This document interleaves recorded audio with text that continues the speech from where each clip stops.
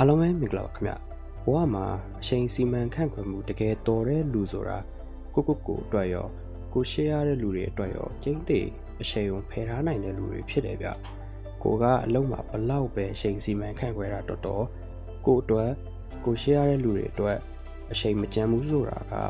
ကိုမှအောင်မြင်တိုးတက်မှုတွေနဲ့ကြွယ်ဝချမ်းသာမှုတွေကိုဘလောက်ပဲရတာကိုကဘဝမှာရှုံးနေတဲ့သူပဲဗျတနေ့ကိုကမျက်စိမိတ်ပြီးတော့အိတ်ဆက်လိုက်တယ်နောက်နေ့မှပြန်ပြီးတော့နိုးထားလာတယ်ပြီးတော့လှုပ်တွေအရန်ကြိုးစားတယ်ငွေတွေကြိုးစားပြီးတော့ရှာဖွေတယ်ဒီအတိုင်းပဲဘဝကိုဖြတ်တဲ့နေရင်အချိန်တွေတဖြည်းဖြည်းကုန်လာပြီးအသက်တွေကကြီးလာတယ်ကိုအချိန်မပေးမိတဲ့အတွက်ကိုရဲ့အပြင်ကဝါဒနာတွေကိုပြစ်ပယ်မိတဲ့အတွက်ကိုရဲ့ကျမ်းမာရေးကိုလစ်လူရှုမိတဲ့အတွက်ရှင်တန်ရှင်ရဲ့အတိတ်ပဲတန်ဖိုးမဲ့သွားပါတယ်ဗျရှေ့ရတဲ့လူတွေကိုအချိန်မပေးမိတဲ့အတွက်သူတို့နဲ့ပြောစရာအချိန်တွေကင်းမဲ့သွားတယ်သူတို့တွေကရရှိမဲ့တန်ဖိုးတွေဆုံးရှုံးသွားတယ်အတူတူရှင်တန်ရမယ့်အချိန်တွေပြုံးတည်သွားပါတယ်တိတ်ကိုရေးကြီးတယ်ဗျကျွန်တော်တို့ကဘဝမှာဘယ်လောက်ထိပဲရှင်တန်ခွင့်ရမလဲဆိုတာမသိကြတဲ့အတွက်တနေ့ရှင်တန်နေရတဲ့နေ့ရက်တိုင်းမှာ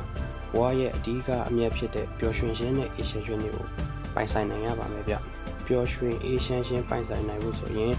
ကိုအချိန်ပေးဖို့လိုအပ်တယ်ကိုရှေ့ရတဲ့လူတွေကိုအချိန်ပေးဖို့လိုအပ်ပါတယ်ဗျဒါလေးကိုအမြဲတမ်းသတိရပေးပါဗျအားလုံးကိုကျေးဇူးများတင်ပါတယ်ခင်ဗျာကျွန်တော်တို့နောက်ဗီဒီယိုလေးမှာပြန်လည်ဆုံတွေ့ကြပါပေါ့ကျွန်တော်ကတော့မင်းထပ်ပါခင်ဗျာ